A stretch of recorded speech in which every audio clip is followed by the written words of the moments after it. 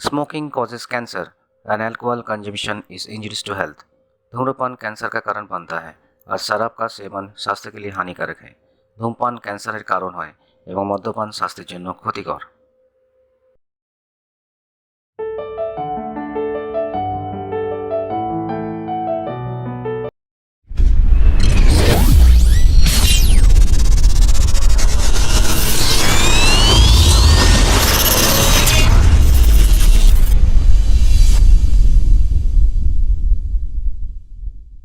নমস্কার, আসল হেলথ চ্যানেলে আপনাদের সকলকে স্বাগত। আপনারা সকলেই জানেন art and science of life, that is art of life নিয়ে আমি তো অনেক কোটি ভিডিও করেছি, বলছি আমাদের জীবনশৈলী এবং যার ওপর আমাদের জীবন অনেকটাই দাঁড়িয়ে থাকে। আমাদের সারা জীবন আমরা যেটা চলছি এটাই হচ্ছে আমাদের আর্ট অফ লাইফ। তো এই আর্ট অফ লাইফে আমি হার্ট সম্পর্কে প্রথম ডিসকাশন শুরু করেছি। আমি হার্ট সম্পর্কে বুঝিয়েছি how to prevent heart disease এবং how to manage heart disease, এটাও আমি বলেছি আগের ভিডিওতে, অনেকগুলি ভিডিও হয়েছে। আমি আপনাদেরকে এখন জাস্ট 10টা কমন ফিচার হার্ট অ্যাটাকের এটা বলবো, যে কি কি 10টা ফিচার, কমন ফিচার দেখলে আপনারা মোটামুটি নিজেরা বাড়িতে বুঝতে পারবেন যে এই পেশেন্টের হয়তো হার্ট অ্যাটাক হয়েছে। এর কারণটা হচ্ছে অনেক সময়ই হার্ট অ্যাটাক পেশেন্টদের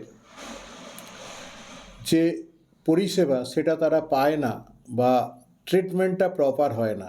কারণ হার্ট অ্যাটাক যদি হয় তাহলে এভরি মিনিট কাউন্টস, প্রত্যেকটা মিনিট হার্ট অ্যাটাকের পরে ইম্পর্ট্যান্ট। এবং আপনারা অনেকেই জানেন first hour is the golden hour. তো অনেক অ্যাডভার্টাইজমেন্টে, অনেক বড় বড় বোর্ডে অনেক সময় লেখা থাকে, দেখবেন যে গোল্ডেন আওয়ার কথাটা, that is the first hour. মানে একটা পেশেন্টের যদি হার্ট অ্যাটাক হয়ে থাকে, তাকে যদি 1 ঘন্টার মধ্যে আমরা ট্রিটমেন্ট দিতে পারি, আমরা অনেক সময় মেডিকেল সায়েন্সে বলি পেন টু নিডল টাইম, মানে চেস্ট পেন যখন শুরু হলো আর তারপর থেকে নিডল টাইম, মানে আমরা যে ইঞ্জেকশন, কারণ হার্ট অ্যাটাক পেশেন্টদের তার মুখে আমরা খাওয়াবো না, ইঞ্জেকশন দেবো, সেই জন্য বলা হচ্ছে পেন টু নিডল টাইম। এই পেন টু নিডল টাইম যত শর্ট হবে তত পেশেন্ট উপকার পাবে।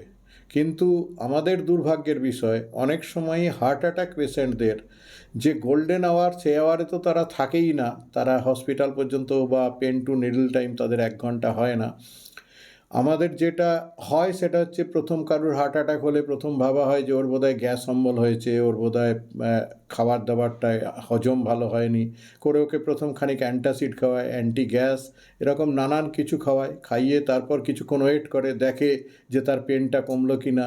তারপরে এটা হচ্ছে তার বাড়ির লোকেরা প্রথম ট্রিট করে, তারপর তার পাড়া প্রতিবেশীরা এসে ট্রিট করতে শুরু করে, তারা আবার নানান রকম সাজেশন দেয়, নানান রকম কিছু করে পেশেন্টের আরও খানিক টাইম নষ্ট করে। তারপরে পারলে তো আমি বলি বাড়ির লোক, তারপর পাড়া প্রতিবেশী, তারপর আবার পারলে শ্বশুর বাড়ির লোক আসবে, তারা খবর পেয়ে তারা যতক্ষণে আসবে তারা আবার কিছু সাজেশন দেবে, কিছু জ্ঞান দেবে। কারণ আমাদের ভারতবর্ষে ডাক্তারের সংখ্যা সবচেয়ে বেশি, মানে পড়াশোনা করে ডাক্তার হতে হয় না, এমনিই ডাক্তার সকলে হয়ে গেছে। তো এটাই হচ্ছে খুব দুর্ভাগ্যের বিষয়, যে যদি একটা পেশেন্টের হার্ট অ্যাটাক হয় এবং তার সময় যদি আপনারা এইভাবে নষ্ট করান, তাহলে ওই হার্টটা ড্যামেজ হয়ে যাবে। সেই জন্য আপনাদেরকে আমার বলা যে first hour is the golden hour. যদি আপনি 3 ঘন্টার মধ্যে আইসিইউতে গিয়ে মানে পেশেন্টের ট্রিটমেন্ট শুরু করতে পারেন, তাহলে পেশেন্টের হয়তো 75% হার্ট বেঁচে যেতে পারে। আর যদি আপনি 6 ঘন্টা করেন, তাহলে 50% হার্ট বাঁচার সম্ভাবনা থাকতে পারে বা তারও কম।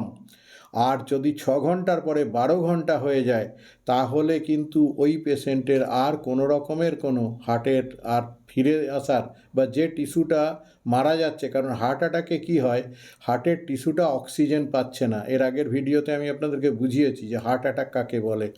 তো ওই টিস্যুটা মারা যাবে এবং হার্টের ওই টিস্যুটা মারা গেলে হার্টের কিছুটা পোর্শন কাজ আর করবে না। আর হার্ট আমাদের কি কাজ করে সেটাও আমি আগের আপনাদেরকে বুঝিয়েছি, যে হার্ট আছে তো আমি আছি, হার্ট নেই তো আমিও নেই। সুতরাং হার্টকে বাঁচিয়ে রাখাটা হচ্ছে আমাদের প্রাইমারি রেসপন্সিবিলিটি। যদি কারুর হার্ট অ্যাটাক হয়ে গিয়েও থাকে, আমরা যদি সেটাকে আর্লি ডিটেক্ট করতে পারি, আমরা যদি বুঝতে পারি, তাহলে সেই মানুষটিকে বা সেই হার্টকে আমরা অনেক যতটা পারি সেভ করতে পারবো। তো সেই সেভ করতে গেলে আমি 10টা হার্ট অ্যাটাকের যে কমন ফিচার, সেই 10টা ফিচার বলছি। এই 10টা ফিচার খেয়াল রাখবেন, মাথায় রাখবেন, তাহলে আপনি আস্তে আস্তে করে যে কোনো জায়গায় একটা পেশেন্টের হার্ট অ্যাটাক হলে আপনি ডিটেক্ট করতে পারবেন নিজে নিজে এবং পেশেন্টকে হেল্প করতে পারবেন। তো ফার্স্ট ইজ চেস্ট পেন। আমরা সবাই জানি চেস্ট পেন বা চেস্ট ডিসকমফর্ট আমরা অনেক সময় বলি। চেস্ট পেন মানে হচ্ছে বুকের যন্ত্রণা। অনেক সময় পেশেন্টরা টিপিক্যালি বলে, ডাক্তারবাবু আমার বুকের বাঁ দিকে এই জায়গাটায় প্রচণ্ড যন্ত্রণা হচ্ছে বা হয়েছিল। আমাদের কাছে যখন আসে তখন তো হয়েছিল হয়ে যায় ব্যাপারটা। তো হয়েছিল, এবং কেউ কেউ বলে আমার বুকের বাঁ দিকে যেন কে যেন খুব চেপে ধরছে। হ্যাঁ, কেউ বলে ডাক্তারবাবু আমার বুকের ওপরে কেউ যেন মনে হচ্ছে 50 কেজি ওজন চাপিয়ে দিয়েছে। কেউ বলছে ডাক্তারবাবু আমার বুকে যেন কেউ পিন দিয়ে ফোটাচ্ছে। কেউ বলে ডাক্তারবাবু আমার বুকেরতে মনে হচ্ছে যেন কেউ স্ক্রুড্রাইভার দিয়ে ঘোরাচ্ছে। সুতরাং এই যে পেন অথবা ডিসকমফর্ট ফিলিং, এটা নানান রকমের হতে পারে। সেই জন্য এটা নিয়ে কনফিউজড হওয়ার কিছু নেই। যে কোনো ধরনের ডিসকমফর্ট বা পেন, এটাই কিন্তু হার্টের পেন হতে পারে। এবং অনেক সময় অ্যানজাইনার সাথে এটা সেম ধরনের হতে পারে। অ্যানজাইনা মানে হার্টের পেন, আমি এর আগেও বলেছি, এবং এটা অ্যানজাইনাতেও হতে পারে, হার্ট অ্যাটাকেতেও হতে পারে, দুটোতেই কমন ফিচার হতে পারে। সুতরাং চেস্ট পেন অথবা ডিসকমফর্ট, এটা হচ্ছে মোস্ট ইম্পর্ট্যান্ট একটা সাইন, যেটাকে আমরা কখনো আন্ডার এস্টিমেট করবো না, এবং কখনো আমরা এটা গ্যাস অম্বল হয়েছে বলে ভেবে পেশেন্টকে আমরা ওই অ্যান্টাসিড খাওয়ানো আর পেশেন্টের মানে ডিলে করে দেয়া, এটা যেন না করি। তাহলে কিন্তু আমরা পেশেন্টের চরম ক্ষতি করে দিতে পারি। তো আমাদের একটা স্ট্যান্ডার্ড টিচিং ছিল, আমাদেরকে যখন আমরা ডাক্তারি পড়েছি তখন আমার স্যার আমাকে বলেছিলেন, never underestimate the situation, in that case you may lose the patient. আমি যদি হার্ট পেনকে গ্যাস্ট্রিক পেন বলে ভাবি এবং অ্যান্টাসিড খাওয়াই, তাহলে আমার হার্টটা চলে যেতে পারে। In that case I may lose the পেশেন্টটা মারা যেতে পারে। কিন্তু যদি উল্টো হয়, যে if I overestimate the situation, তাতে আমার কিছু টাকা পয়সা অথবা আমার কিছু পরিশ্রম যেতে পারে, কিন্তু পেশেন্ট আমার বেঁচে যাবে। সুতরাং যখনই কোনো চেস্ট পেন হবে, কোনো মানুষ বলবে যে আমার চেস্ট পেন বা চেস্ট ডিসকমফর্ট যাই বলুক, সেটা যদি বলে তাহলে সেটাকে আমরা আন্ডার এস্টিমেট করবো না, এবং আমরা প্রপার কেয়ার নেব এবং প্রপার স্টেপ ফলো করব। তো আমাদের সেকেন্ড হচ্ছে, এই চেস্ট পেন সেটা ইউজুয়ালি লেফট সাইডেড হয়, কিন্তু লেফট সাইডেড চেস্ট পেন না হয়ে আমার অন্য জায়গাতেও এই পেনটা হতে পারে। যেমন রেট্রোস্টার্নাল পেন, এখানে যে আমি টাইটা পরছি তার ঠিক পিছনের দিকে পেন হতে পারে, এবং অনেক সময় রাইট সাইডেড চেস্ট পেন হতে পারে। আর খুব কমনলি যেটা হয়, চেস্ট পেনটা লেফট হ্যান্ড দিয়ে, লেফট শোল্ডার থেকে লেফট হ্যান্ড দিয়ে পুরো লেফট হ্যান্ডে নেমে আসতে পারে। এগুলোকে রেফার্ড পেন বলে। অনেক সময় নেকের এখানেও পেন হতে পারে বা ব্যাক পেন হতে পারে, সেটাও কিন্তু হার্ট অ্যাটাকের লক্ষণ হতে পারে। আর অনেক সময় এখানে জ পেন হতে পারে। ঠিক আছে, তো এই এত পুরো এরিয়াটাতে এই আমার যে পেন, সেটা কি আমি প্রথম হার্ট পেন বলে ধরবো, unless and until proved otherwise. সুতরাং যে কোনো এই এরিয়ার পেন বা discomfort, it is related to heart unless and until proved otherwise. এটা হচ্ছে আমার স্ট্যান্ডার্ড প্রোটোকল। সেকেন্ড হচ্ছে আমার শর্টনেস অফ ব্রেথ। যদি পেশেন্ট বলে যে ডাক্তারবাবু আমার কীরকম যেন সাফোকেশন হচ্ছে, আমার যেন খুব শ্বাসকষ্ট হচ্ছে, কেউ বলছে যে আমি ঠিকমতো শ্বাসটা নিতে পারছি না, বুক খুলে শ্বাস নিতে পারছি না, হ্যাঁ, কেউ বলছে যে আমার মনে হচ্ছে এক্ষুনি মরে যাব, হ্যাঁ, আমাকে একটু ইয়ের দিকে নিয়ে চলুন, যেখানে জানলাটা আছে ওখানে নিয়ে চলুন, হ্যাঁ, মানে তার এত অক্সিজেন ক্রেভিং হচ্ছে। তো এই যে শর্টনেস অফ ব্রেথ, এটা হচ্ছে আর একটা খুব important feature. So this is the third feature of heart attack. এছাড়া হচ্ছে অনেক সময় অনেকে বলে খুব ঘাম হচ্ছে, হ্যাঁ, এবং বডিটা যেন ঠান্ডা হয়ে যাচ্ছে। অনেক সময় বাড়ির লোকেরা বলে ডাক্তারবাবু এত ঘাম হচ্ছে, আর বডি তো হাত পা তো সব ঠান্ডা হয়ে যাচ্ছে। খুব কমন যে হাত পা ঠান্ডা হয়ে যাচ্ছে, পায়েতে তো আর কিছু ডাক্তারবাবু টেম্পারেচার খুব পাচ্ছি না, এ তো একদম ঠান্ডা, হ্যাঁ, হাতগুলো যেন ঠান্ডা হয়ে যাচ্ছে। So that is also due to cold sweat. অনেক সময় ট্রিমেন্ডাস সোয়েটিং হয়, কারণ আমাদের সিম্প্যাথেটিক ওভার অ্যাক্টিভিটি এত বেশি হয় যে আমাদের প্রচণ্ড সোয়েটিং হয়। আর সোয়েটিং হলে সোয়েটিংয়ের সাথে সাথে কিছুটা আমার টেম্পারেচার চলে যায়, সেই জন্য বডি ঠান্ডাও লাগতে পারে, যেটা বলে লোকেরা সেটা অনেক সময় ঠিক কথা বলে। আর হচ্ছে যেহেতু আমার হার্ট ভালো রকম বিট যদি না করতে পারে, তাহলে আমার পেরিফেরাল সার্কুলেশন অনেক কমে যাবে, কারণ হার্ট পাম্প না করলে পেরিফেরিতে ব্লাড যাবে না। হার্ট যখন কম পাম্প করে তখন ব্লাডটা মেনলি ব্রেন আর আমার যে ভাইটাল অর্গান সেইগুলোতে যায়, তাদেরকে আসল জায়গাগুলোকে বাঁচিয়ে রাখার চেষ্টা করে, তখন পেরিফেরাল সার্কুলেশন কাট হয়ে যায়। সেই জন্য অনেক সময় পেরিফেরি ঠান্ডা হতে পারে, পেরিফেরির সার্কুলেশন কমে যাওয়ার জন্য। সেই জন্য cold sweat is very important যদি কারুর থাকে।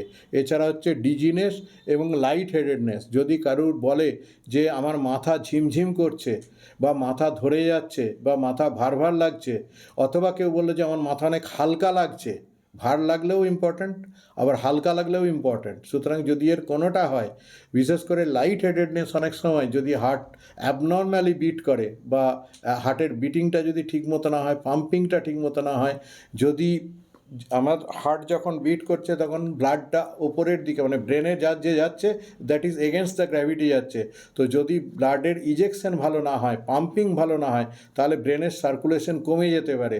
যদি ব্রেনের সার্কুলেশন কোনো কারণে কমে যায়, তাহলে পেশেন্ট বলতে পারে আমার রিলিং হচ্ছে, মাথা ঘুরছে, শরীরটা টলমল করছে এবং আমার মাথাটা হালকা লাগছে, কারণ সার্কুলেশন কম আছে, সেই জন্য সেটাকে বলা হয় লাইট হেডেডনেস। সুতরাং যদি এই ধরনের কোনো ইয়ে হয়, তাহলে সেটাও ইম্পর্ট্যান্ট, ডিজিনেস অ্যান্ড লাইট হেডেডনেস। এছাড়া হচ্ছে অনেক সময় পেশেন্ট খুব কমনলি কমপ্লেন করে, দ্যাট ইজ প্যালপিটেশন।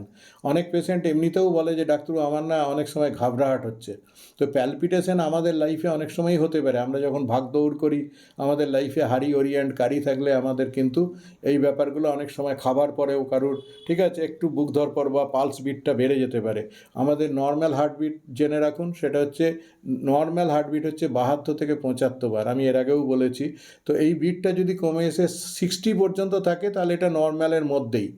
আর যদি এটা 100 পর্যন্ত যায়, তাহলেও আমরা এটাকে নর্মাল রেঞ্জের মধ্যে কিছুটা ধরি, যে বেড়েছে কিছুটা কিন্তু তাও নর্মাল। তো 100-র বেশি হার্ট রেট হচ্ছে অ্যাবনর্মাল, এটাকে বলে ট্যাকিকার্ডিয়া, মেডিকেলের ভাষায় ট্যাকিকার্ডিয়া, এবং 60-র নিচে হলে আমরা বলি ব্র্যাডিকার্ডিয়া। তো এই 60-র নিচে বা 100-র ওপরে এই পালস যদি হয় কারুর, তাহলে কিন্তু সেটা ডাউটফুল। সুতরাং সেই রকম যদি আমি কোনো পেশেন্টের এই যে অন্যান্য ফিচার পাচ্ছি, তার সাথে যদি পালস আমি এরকম 60-এর নিচে পাচ্ছি বা 100-র ওপরে পাচ্ছি, তাহলে সেগুলোকেও আমি কনসিডার করব as important symptom of heart attack. সেই জন্য এই প্যালপিটেশন বা ইররেগুলার হার্টবিট এটাও ইম্পর্ট্যান্ট। হার্টের বিটের একটা রেগুলার রিদম থাকে, সেটাও যদি ইররেগুলার হয়, তাহলে দ্যাট ইজ অলসো ইম্পর্ট্যান্ট। এছাড়া হচ্ছে যদি পেশেন্ট বলে যে আমার অনেক ক্লান্তি লাগছে, ফ্যাটিক, লো এনার্জি লাগছে, হ্যাঁ খুব দুর্বল মনে হচ্ছে, এগুলো যদি হয়, কারণ হার্ট যদি ভালো করে বিট না করে, তাহলে আপনার দুর্বল লাগতে আপনি মানে বাধ্য। তো সেই কারণে ফ্যাটিক ইজ অলমোস্ট বা লো এনার্জি লেভেল, এগুলোও কিন্তু খুব important feature of heart attack. এছাড়া হতে পারে নসিয়া ভমিটিং। অনেক সময় পেশেন্ট দেখবেন হঠাৎ করে সে বলছে আমার বুকের যন্ত্রণা হচ্ছে, বুক ধড়ফড় করছে, হ্যাঁ আর শ্বাসেও একটু কষ্ট হচ্ছে, তারপরে দেখলেন একটু বলতে বলতেই ও বললো আমার বমি বমি পাচ্ছে, বলতে বলতে বমি শুরু হয়ে গেল। ঠিক আছে, তো এই যে নসিয়া, কিছুটা হলে গা গোলাচ্ছে, প্রথমে একটু গা গোলাচ্ছে, গা গোলাতে গোলাতে বমি হয়ে গেল, বমি করে ফেললো। So that is also one important feature of heart attack. সুতরাং নসিয়া ভমিটিং যদি কারুর থাকে, তাহলে সেটাও খেয়াল রাখবেন। এছাড়া অনেক সময় পেশেন্টদের ইনভলান্টারি মিকচুরেশন অথবা ডিফিকেশনও হয়ে যেতে পারে। পেশেন্ট যদি একটু বড় ধরনের হার্ট অ্যাটাক হয় আর হয়, তাহলে অনেক সময় পেশেন্টের পায়খানা বা পেচ্ছাপ অটোমেটিক হয়ে যেতে পারে। এটাও অনেক সময় একটু কমন ফিচার। আর অনেক পেশেন্ট হেডেক কমপ্লেন করে, সেই হেডেকটা আমরা অনেক সময় যদি এগুলোর সাথে অন্যান্য যে সিমটম বললাম তার সাথে অ্যাসোসিয়েটেড হয়, তাহলে সেই হেডেকটা ইম্পর্ট্যান্ট বলে আমরা ধরে নেব। অনেকের এটা কনফিউশন হতে পারে যে হেডেক, কেউ কেউ তো এর আগেও বলেছে যে মাঝে মধ্যে মাথা ধরতো, মাথার যন্ত্রণা হতো, কিন্তু এখন যেটা বলছে সেটা হচ্ছে আগে এই প্রবলেমগুলো কোনোটা ছিল না, কিন্তু এখন এর মধ্যে অনেকে আমি দেখছি বলছে চেস্ট পেন হচ্ছে, হেডেক হচ্ছে, তাহলে সেটার ক্ষেত্রে আমাকে গুরুত্ব দিতে হবে। আর এর ছাড়া ফর ডায়াবেটিক পেশেন্ট আমাদের অনেক সময় পেনলেস হার্ট অ্যাটাক হতে পারে, কারণ heart attack always it is very very very very painful. আমাদের বলা হয় দুটো পেন, যারা ফিল করেছে একমাত্র তারা জানে এই পেন কাকে বলে। একটা হচ্ছে হার্টের পেন, আর একটাকে বলা হয় মায়েদের যে ডেলিভারি হয় সেখানে হচ্ছে লেবার পেন। এই দুটো পেন যার না হয়েছে সে জানে না। মানে আমি আপনাকে বলে বোঝাতে পারবো না কীরকম লেবার পেন কাকে বলে বা হার্টের পেন কাকে বলে, কারণ এটা আমি শুধু পড়েছি, আমার এক্সপিরিয়েন্স এগুলোর থেকে নেই। যে এক্সপিরিয়েন্স করে সে মাত্র জানে যে কত ট্রিমেন্ডাস পেন হয় হার্ট অ্যাটাক হলে। কিন্তু একটা কন্ডিশন, একটা এক্সেপশন আছে, সেটা হচ্ছে লং স্ট্যান্ডিং ডায়াবেটিক পেশেন্ট, যাদের অনেক দিন ধরে ডায়াবেটিস আছে, 15-20 বছর 25 বছর যদি ডায়াবেটিস থাকে, স্পেশালি আনকন্ট্রোল ডায়াবেটিস থাকে, তাহলে অটোনমিক নিউরোপ্যাথি হয়। মানে অটোনমিক নার্ভ ফাইবারটা যেটা হার্টের পেন ক্যারি করছে, সেই পেন ফাইবারটা ড্যামেজ হয়ে যায়। যদি ওই পেন ফাইবারটা ড্যামেজ হয়ে যায় তাহলে এই পেনটা আর হার্ট থেকে ক্যারি ফরওয়ার্ড হতে পারে না। সেই জন্য ডায়াবেটিক পেশেন্টদের হয়তো দেখা গেল যে একটা মায়োকার্ডিয়াল ইনফার্কশন হলো বা হার্ট অ্যাটাক হলো, কিন্তু সেটা সাইলেন্ট। আর এই সাইলেন্ট এমআই প্রচণ্ড ডেঞ্জারাস জিনিস, কারণ আমরা হার্ট অ্যাটাককে ডিটেক্টই করি তার পেন দিয়ে। ফার্স্ট ফিচারই হচ্ছে, সবচেয়ে ইম্পর্ট্যান্ট হচ্ছে পেন, আর সেই পেনটাই যদি না থাকে, এই পেনটাই পেশেন্টকে ডাক্তারের কাছে বা হসপিটালে বা ইমার্জেন্সিতে নিয়ে গিয়ে পৌঁছায়। Pain is a positive feature, পেনকে কখনো নেগেটিভ ভাববেন না। এই পেনই মেডিকেলে অ্যাকচুয়ালি আপনাকে অনেক সময় যে মেডিকেল হেল্প আপনি পাচ্ছেন, সেই হেল্পটা পাওয়ার জন্য আপনাকে জাগিয়ে দিচ্ছে এই পেন। এই পেনকে ওই জন্য চাপা দেয়া কিন্তু খুব ট্রিটমেন্ট না। আমাকে অনেক সময় অনেকে বলে, ডাক্তারবাবু এই পেনটা কমিয়ে দিন না, পেনটা অনেক সময় অনেক অনেক প্রবলেমে বলে পেনটা কমিয়ে দিন না, খুব পেন হচ্ছে। তো এটা কিন্তু খুব মানে কাম্য নয় যে পেনটা কমিয়ে দেয়া। পেনটা আছে বলেই আপনি এতটা কনসাস, এতটা অ্যাওয়্যার হয়েছেন এবং আপনি ডাক্তারের কাছে গেছেন এবং বাকি ট্রিটমেন্ট কী করা যায় সেটার জন্য ভাবছেন। আর পেনটাই যদি না থাকতো তাহলে আপনি ভাববেন না। ঠিক সেইভাবেই ডায়াবেটিক পেশেন্টদের সাইলেন্ট এমআই হয় বলে, silent myocardial infarction, silent heart attack হয় বলে তারা অনেক সময় বুঝতেও পারে না, কিন্তু হার্টটা ড্যামেজ হয়ে যায়। এবং অনেক সময় আমি অনেক পেশেন্টকে পেয়েছি, পেশেন্ট আমার কাছে এসেছে ডায়াবেটিক পেশেন্ট, সে হার্ট ফেলিওর নিয়ে এসেছে, অথচ সে জানে না যে তার এর আগে হার্ট অ্যাটাক হয়েছে। আমি যখন জিজ্ঞেস করছি, বলছে হ্যাঁ ডাক্তারবাবু একদিন না একটু একটু কীরকম যেন ঘাম হয়েছিল, একটু একটা বেচেনি মতো, একটু একটু ডিসকমফর্ট হয়েছিল, কিন্তু আমি তো সেটা কি আমার হার্ট অ্যাটাক ছিল আমাকে জিজ্ঞেস করছে। পেশেন্টের হয়তো দেখা যাচ্ছে ওই পেশেন্টের লং স্ট্যান্ডিং ডায়াবেটিক প্রবলেম আছে। তো এই যে ব্যাপারটা, তার এটা কত প্যাথেটিক যে পেশেন্টের হার্ট অ্যাটাক হয়েছে, হয়তো একবার দুবার তিনবার হার্ট অ্যাটাক হয়ে গেছে, ও জানতেই পারেনি। আমার কাছে যখন এসে পৌঁছাচ্ছে তখন পেশেন্টের ইজেকশন ফ্র্যাকশন 26। তো এইটা হচ্ছে সবচেয়ে মানে ডেঞ্জারাস দিক অফ পেনলেস হার্ট অ্যাটাক। সুতরাং পেনলেস হার্ট অ্যাটাক আমরা খেয়াল রাখবো। ডায়াবেটিক পেশেন্ট হলে আমাদের মাথায় যেন থাকে যে পেনলেস হার্ট অ্যাটাক হতে পারে। সুতরাং এই পয়েন্টগুলো আমরা খেয়াল রেখে তাহলে 10টা common feature for heart attack আমরা একটা দুটো করে মনে রাখবো। ফার্স্ট ইজ চেস্ট পেন বা ডিসকমফর্ট, যে কোনো চেস্টে যে কোনো ধরনের ডিসকমফর্ট, সেটা খুব ইম্পর্ট্যান্ট। সেকেন্ড ইজ শুধুমাত্র চেস্ট পেন চেস্টের ওই এরিয়াতেই থাকবে এরকম না, অন্যান্য জায়গাতে রেফার্ড হতে পারে। নেক থেকে শুরু করে, অ্যাবডোমেন থেকে শুরু করে, শোল্ডার থেকে শুরু করে, হ্যান্ড থেকে শুরু করে, যে কোনো জায়গায়, কমনলি লেফট হ্যান্ড, এটা আমরা খেয়াল রাখবো। Third is shortness of breadth, কারুর শর্টনেস অফ ব্রেথ আছে কি না, কোল্ড সোয়েট এটা আছে কি না দেখবো, ডিজিনেস অথবা লাইট হেডেডনেস থাকছে কি না, প্যালপিটেশন অথবা ইররেগুলার বিট, প্যালপিটেশন অথবা ইররেগুলার হার্টবিট থাকছে কি না, পালস অনেকেই দেখতে জানে, সুতরাং আমরা চেক করতে পারি। আজকাল লোকের বাড়িতে অনেক সময় পালস অক্সিমিটার আছে। স্যাচুরেশনও আমরা চাইলে চেক করতে পারি, স্যাচুরেশনও অনেক সময় ফল করে, যদি হার্ট অ্যাটাক হয় স্যাচুরেশনটাও কমতে পারে। ঠিক আছে, সুতরাং এটা হচ্ছে প্যালপিটেশন আর ইররেগুলার বিট। আর তারপর হচ্ছে ফ্যাটিক যদি কারুর থাকে, লো এনার্জি লেভেল বা ফ্যাটিক বলে, নসিয়া ভমিটিং যদি কারুর থাকে, এছাড়া হচ্ছে হেডেক অথবা অন্যান্য যে ফিচার বললাম সেই ফিচারের যদি, এগুলো লেস ইম্পর্টেন্ট ফিচার যদি কারুর থাকে। আর ডায়াবেটিক পেশেন্টদের জন্য এটা পজিটিভ না, এটা নেগেটিভ ফিচার বলতে পারি, যে পেনলেস হার্ট অ্যাটাক, এখানে পেন থাকছে না, কিন্তু আমাদেরকে এই ফিচারটা সম্পর্কেও খুব মানে কনসাস থাকতে হবে যে অনেক লং স্ট্যান্ডিং ডায়াবেটিক পেশেন্ট, সে অন্যগুলো বলছে কিন্তু তার পেন বলছে না, so that may be also heart attack. সুতরাং এইগুলো যদি হয় তাহলে আমি ইমিডিয়েট স্টেপ নেব। ইমিডিয়েট স্টেপ কী কী নেব একটা হার্ট অ্যাটাক কেসে, সেটা আমি পরের ভিডিওতে আলোচনা করব। যে আমাদের একজনের হার্ট অ্যাটাক যদি আমরা বুঝতে পারি বা ভাবতে পারি, তাহলে ইমিডিয়েটলি আমাদের কী কী স্টেপ নেওয়া উচিত। সুতরাং আপনারা পরপর ভিডিওগুলো দেখতে থাকুন। আপনাদেরকে অনেক ধন্যবাদ যে আপনারা আমার ভিডিও ফলো করছেন, এবং করলে আমি খুব আশাবাদী যে আপনারা খুব উপকৃত হবেন। আপনারা এই হার্ট সম্পর্কে আপনাদের একটা সচেতনতা জেগে উঠবে, এবং আপনারা অনেক সময় আপনার নিজের এবং আপনার পরিবেশ পরিস্থিতি অনুযায়ী পারিপার্শ্বিক মানুষজনদের জন্য অনেক উপকার করতে পারবেন, অনেকেরকে বাঁচাতে পারবেন, অনেকের হার্ট অ্যাটাক রুখতে পারবেন, এবং অনেকের হার্ট অ্যাটাক হলে তাকে তাড়াতাড়ি তার ট্রিটমেন্টের ব্যবস্থা করাতে পারবেন। সুতরাং আপনাদেরকে আমার প্রীতি, শুভেচ্ছা, ভালোবাসা জানিয়ে আমি শেষ করছি। নমস্কার।